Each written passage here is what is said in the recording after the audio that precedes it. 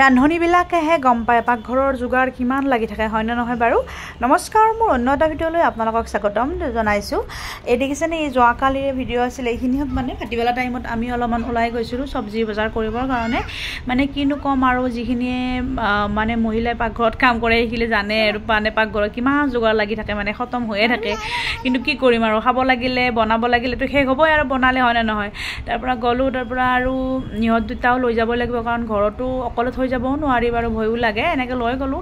তাৰপৰা ডাঙৰ কথাটো হ'ল যে মোৰ এইজনী বান্ধৱী বুলিয়ে ক'ব লাগিব এতিয়া। আগতে আমি য'ত আছিলোঁ আৰু তাতে আমাৰ লগত একেলগে আছিল, আমাৰ পিছফালৰ মানে ঘৰতে। তাৰপৰা ইহঁতো মানে এতিয়া ইয়াতে আহিছে দিল্লীতে। তাৰপৰা লগ পালোঁ, আমি য'ত আছোঁ তাতে ইহঁতৰ ৰুম চুম লৈছে বুলি গম পালোঁ, ভাল লাগিল লগ পালোঁ। তাৰপৰা কালি কি হ'ল, ফোন কৰিলোঁ, মানে তাই মাতি আছিল, আমি যাব হোৱা নাছিল মানে টাইমৰ কাৰণে। ভাবিলোঁ চব্জি বজাৰ কৰিম, তাইৰ ঘৰতো অলপ যদি আছে ঘৰত যাম আৰু। ফোন কৰিলোঁ, আছে তাই তাৰমানে আধালৈ নিব আহিলে আমাক। তাৰপৰা গ'লোঁ, এনেকৈ চব্জি কিনিলোঁ মানে পালোঁ ঠেলা, মানে বাহিৰত নগ'লোঁ আৰু আমাৰ কম্পাউণ্ডৰ ভিতৰতে মানে এনেকৈ পালোঁ আৰু ঠেলা। যিহেতু পালোঁ একেলগে মই পূৰা মানে বজাৰ কৰি লৈছোঁ আৰু, জানে মানে এসপ্তাহমান যাতে আৰু বজাৰ কৰিব নালাগে।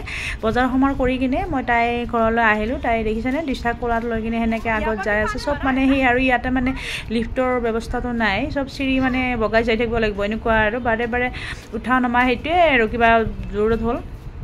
তাৰপৰা আহিলোঁ, আহি কিনে দেখিলোঁ ইহঁতৰ মানে ভাল লাগিছে। সিহঁতৰ এই চেম সিহঁতৰ বালকনিখনত ডাঙৰ দেখিছেনে, মানে সেইকাৰণে অলপ তলৰ দেখিলোঁ ধুনীয়া সেউজীয়া, মানে একদম ধুনীয়া ফুল চুল এই ভাবি যাবি, সেইকাৰণে অলপমান ভিডিঅ' কৰি ৰাখিছিলোঁ মই। তাকে দেখালোঁ আপোনালোকৰ বাৰান্দাখন, মানে ইহঁতৰ ডাঙৰ অলপমান, কিন্তু তলৰ ফালে টাইলছ চাইলছ লগোৱা নাই, হ'লেও ভাল লাগে তুমি ডাঙৰ ডাঙৰ ঠিকেই আছে। তাৰপৰা দেখিছেনে তাই ডাঙৰ ছোৱালীটো এনেকৈ টিভি কাৰ্টুন চাই আছে, সৰুজনী শুই আছে। তাৰপৰা ভাবি আৰু দিচাই পপকৰ্ণ খাম বুলি কোৱাৰ কাৰণে ভাবি পপকৰ্ণ বনাই দিলে ইহঁতক। তাৰপৰা ধুনীয়াকৈ মস্তি কৰি ধুনীয়া ড্ৰয়িং চয়িং কৰিলে, পুৰা এনজয় কৰিলোঁ, ভাল লাগিলে, টাইমটো পাছ হ'ল একদম, বহুত দিনৰ মূৰত লগ পালোঁ। তাৰপৰা ইহঁতে আইচক্ৰীম খাই বোলে, খাই খোৱাৰ কাৰণে ডাঙৰ ছোৱালীজনীয়ে কিনি আনি দিলে। তাৰপৰা তিনিওটা এনজয় কৰি কৰি একদম আইচক্ৰীম খাই আছে। তাৰপৰা দিচাই কৈছে ঘৰত বোলে তাই নাযায় আজি, সিহঁতৰ ঘৰত থাকিব মানে হ'লেও আহিব লাগিব। আহিলোঁ আমি আজি, আৰু যিহেতু 15 আগষ্ট আজি দেখিছেনে, তাৰ স্কুল নাই, পূৰা একদম দুয়োটাই খেলি আছে, মস্তি কৰি আছে। কি কৰিম আৰু, মাকে মোবাইল চাই থাকোঁতে দেখালোঁ ইহঁতৰ ইমান ধুনীয়াকৈ খেলি আছে। দাদাকক মানে শান্তি দিয়া নাই বহিব, তাক কোলাত ল'ব লাগে বোলে, দেখিছেনে।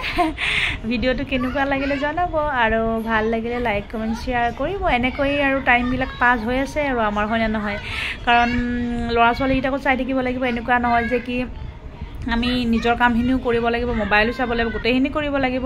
তাৰপৰা আকৌ অলপমান মই লেপটপৰ সিদিনাখন বিয়াৰ ভিডিঅ' চাইছিলোঁ, অলপ আধৰুৱা আছিল, তাতে আকৌ খুলি ল'লোঁ, লৈ কিনে অলপ চালোঁ। আৰু এই জোৰোণৰ দিনা ভিডিঅ'খন দেখিছেনে, এতিয়াও মানে আজি 10 বছৰ হৈ গ'ল, ইমান ধুনীয়া হৈ আছে লেপটপত ছেভ কৰাৰ কাৰণে। মাজে মাজে মই চাই থাকোঁ, যদি আপোনালোকে চাব ইচ্ছা কৰে জনাব, মই দেখুৱাম।